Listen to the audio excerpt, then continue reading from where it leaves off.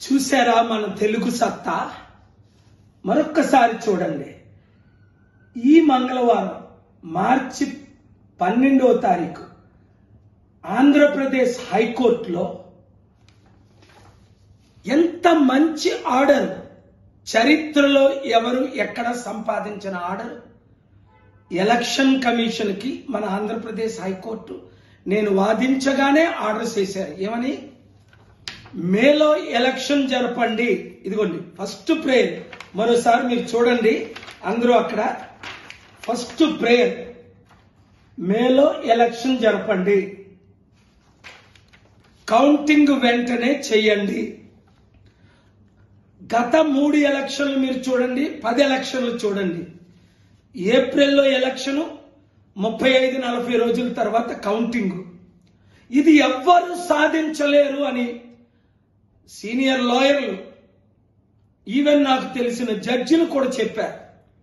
అయినప్పటికీ సమస్తము సాధ్యము. నాకు 8th wonder of the world అని ఎందుకు ఇచ్చారు? ప్రపంచంలో ఎవరికి 747 లేవు. నేను సాధించానా లేదా? లక్షల మంది అనాథుల్ని నేను పోషించానా లేదా? అలాగే మీరు యూత్ వినండి, ఏదైనా మనం సాధించగలమని ఇదే రుజువు.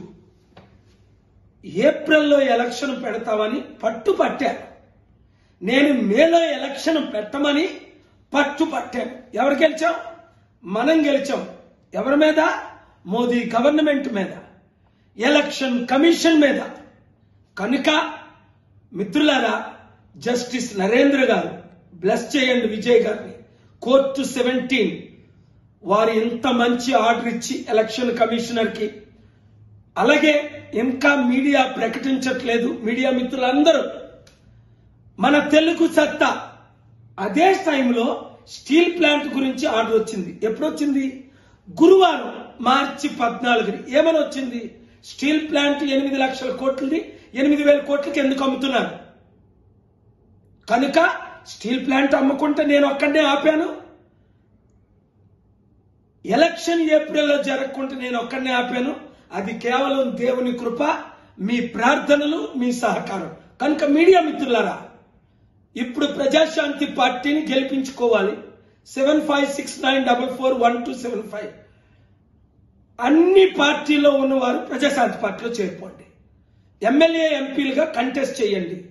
అద్భుతమైన మెజారిటీతో గెలిపించండి. అప్పులు తీర్చి మిమ్మల్ని అభివృద్ధి చేసే బాధ్యత నాది. ఈ వీడియో అందరికీ చేరినంత వరకు ఇంక ఏ పార్టీకి ఓటేయొద్దు. మన పార్టీ బహుజనుల పార్టీ, బీసీ ఎస్సీ ఎస్టీల పార్టీ, కులాల పార్టీలకు గుడ్ బై చెప్పండి. కుటుంబ పార్టీలకు గుడ్ బై చెప్పండి. ఎలక్షన్ కి 57 రోజులు ఉంది కనుక విశాఖపట్నం ఎంపీగా నన్ను గెలిపించండి. ఆంధ్రప్రదేశ్ లో ప్రజాశాంతి పార్టీని గెలిపించండి.